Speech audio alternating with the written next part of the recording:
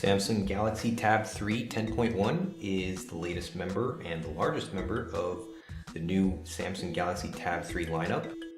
It runs on a dual-core Intel Atom chipset of 1.6 GHz, as well as 16 or 32 gigabytes of onboard memory and 1 gigabyte of RAM. On the front, you'll have the usual array of capacitive buttons underneath the display.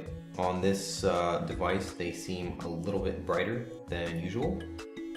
On the back, you have a 3 megapixel camera. On either side of the device, there are speakerphone grills, while on the bottom, the only thing you'll find is a micro USB port and the microphone pinhole. On top, you'll find the power lock button, a volume rocker, as well as slots for the micro SD card and the micro SIM card, as well as the infrared port, which can be used for controlling televisions, set-top boxes, air conditioners, and other devices. Samsung Galaxy Tab 3 10.1 runs on Android 4.22. It is the latest build from Samsung. When turning the device on, the first thing you'll see is the lock screen, which features lock screen widgets such as a music player, and you can add several more, including a Gmail application or even Google Now.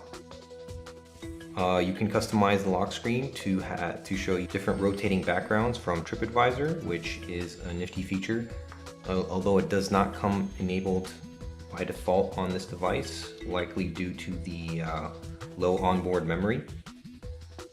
In fact, the device has significant issues with keeping its memory down, seeing as here we have a device just barely turned on and it's almost taken up the entire amount of its available 0.9 gigabytes of memory.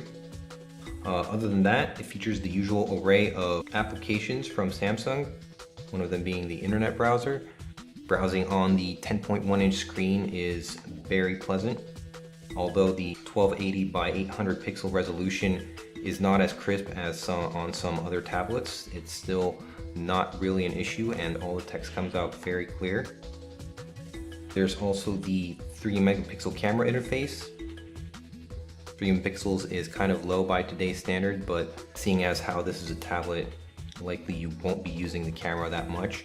It does nonetheless have several shooting modes, not as many as you'll see on the likes of the Galaxy S4 for instance, but there's still panorama mode and night shot mode. There's also a 1.3 megapixel front-facing camera for video calling, which records VGA video.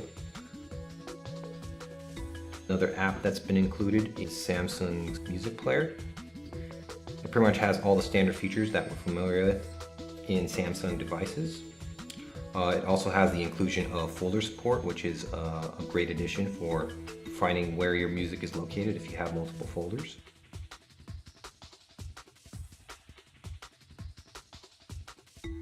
There's also the default video player, which unlike most other Samsung smart devices, does not have active thumbnail previews of your videos, which again is likely due to the lower onboard RAM.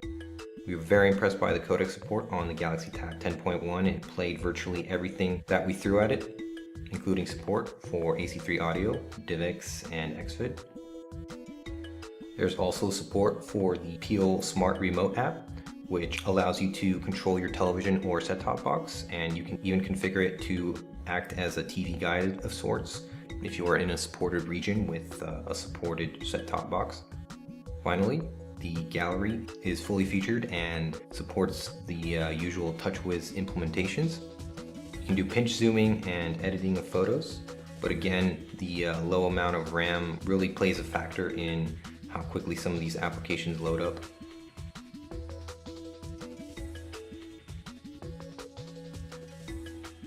And that was the Samsung Galaxy Tab 3 10.1.